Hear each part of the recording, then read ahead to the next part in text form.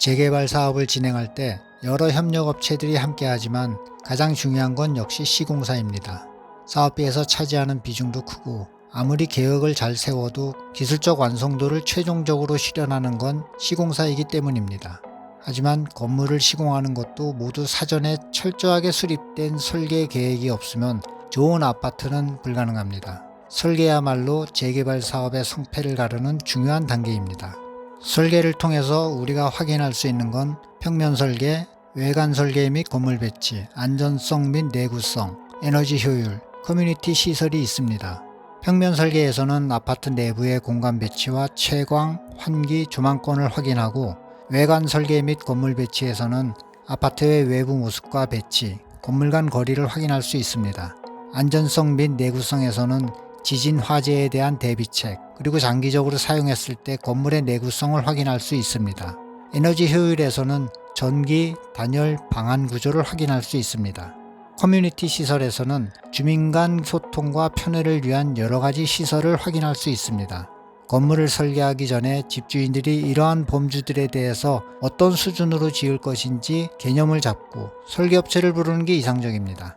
집주인이 내 집을 어떻게 지을지 미리 구상을 하지 않으면 설계업체와 시공사에 끌려다닐 위험이 커지기 때문입니다.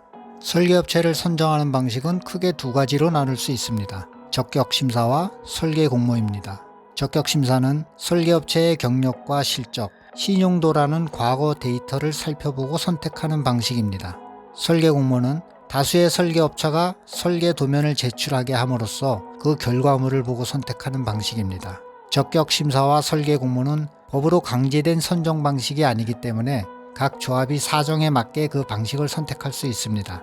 하지만 과거의 데이터만 보고 선정하는 것보다 설계 도면을 확인하고 선정하는 방식을 더 많이 선택하고 있습니다. 어떤 지역은 적격심사를 하더라도 설계 제안서를 제출하게 하는 방식을 선택하기도 합니다. 이 표가 적격심사에 사용되는 표입니다. 우리 조합이 원양을 설계업체로 선정할 때 실제로 사용한 채점표입니다. 이 그림은 다들 아시다시피 건물 설계도입니다. 설계 공모 방식을 선택하면 이런 도면을 미리 확인하기 때문에 설계업체가 해당 사업장에 대해 얼마나 깊이 이해를 했는지를 파악하고 선택할 수 있습니다. 우리는 원양이라는 설계업체를 선정할 때 이런 도면을 보지도 않았습니다.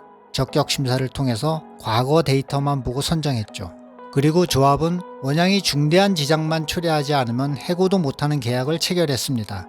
이 말은 최고의 설계가 아니라 중대한 지장 없는 수준으로만 설계하면 우리는 거절하지 못하고 받아들여야만 한다는 의미입니다. 조합장님은 최고가 아니라 중대한 지장만 없으면 될 정도의 아파트를 지으려고 하는 겁니다. 그럼 한강변에 위치한 다른 재개발, 재건축 사업장은 설계업체를 어떤 방식으로 선정했는지를 알아보겠습니다. 압구정 지역과 신반포 지역, 그리고 잠실 5단지는 모두 다수의 업체들이 경쟁하는 설계 공모 방식으로 선정했습니다. 해안, 히림, 나우동인, DA건축, ANU 같은 최고의 설계업체들이 경쟁했으며 그것도 모자라서 외국의 유명한 설계업체인 미국의 SMDP, 네덜란드의 UN 스튜디오, 영국의 PLP 아키텍처, 미국 칼리슨 RTKL과 협업해서 작업을 했습니다. 특이한 건 한남 2구역인데 이 사업장은 기본적으로 적격심사를 택하고 참여업체들에게 설계 제안서를 제출하게 했습니다. 나우동인은 적격심사에서 꼴찌를 했지만 제출한 설계 제안서에서 높은 점수를 받아서 최종 선택되었습니다. 이 모든 사업장의 공통점은 설계 도면을 확인하고 설계업체를 선택했다는 점입니다. 한강변에 위치한 재개발, 재건축 사업장은 저마다 최고의 설계를 하기 위해서 치열한 경쟁을 벌이고 있습니다. 이런 노력은 한강이라는 자산을 아파트에 반영해서 최고의 가격을 받기 위한 겁니다. 하지만 한강변에 있다고 모두가 최고의 입지는 아닙니다. 한강 남쪽에 있는 단지들은 모두 북쪽으로 한강을 봐야 한다는 단점이 있고 한남동은 평지가 아니라는 단점이 있습니다. 반면 성수동은 한강을 남쪽으로 바라보고 있고 평지라는 장점을 두루 갖추고 있습니다. 여기에 더해 최근 뜨고 있는 성수동 상권과 교통의 요지, 그리고 서울숲이라는 장점도 타 지역이 따라올 수 없는 장점입니다. 최고의 가격을 받을 수 있는 장점을 모두 갖추고 있는 입지지만 단 하나 부족한 건 설계가 부실하다는 점입니다. 설계업체도 부실하고 설계업체의 역량을 끌어낼 수 없는 조합장님의 능력도 부실합니다. 조합장님은 다이아몬드를 돌로 만들어서 팔 생각입니다.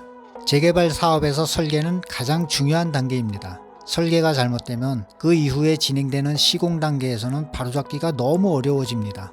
우리 조합은 설계 업체를 선정하기 전에 새로 지을 아파트에 대한 논의를 내부적으로 해본 회의가 단 한 차례도 없습니다. 새로 지을 아파트에 대한 방향성과 철학이 부재한 상태에서 외부 설계 업체에만 의지하고 있습니다.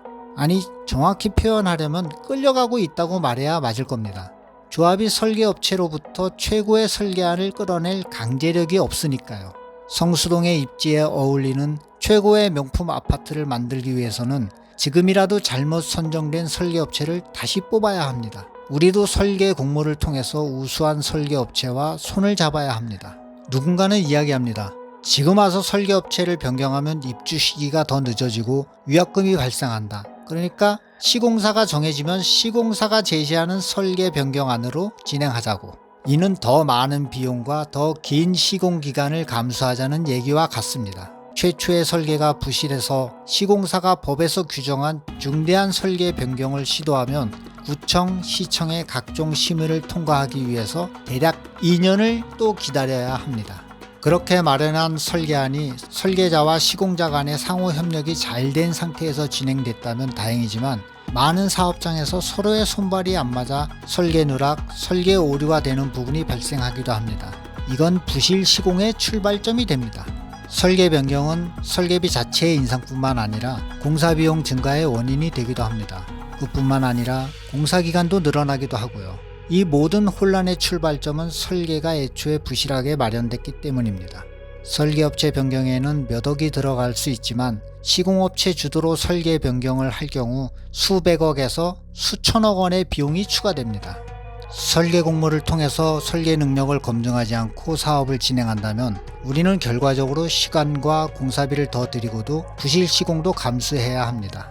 설계자를 지금 변경해서 처음부터 시공사의 관여를 최소화할 수 있는 설계도로 출발하는 게 더 빠르고 더 싸고 더 튼튼하게 지을 수 있는 지름길입니다.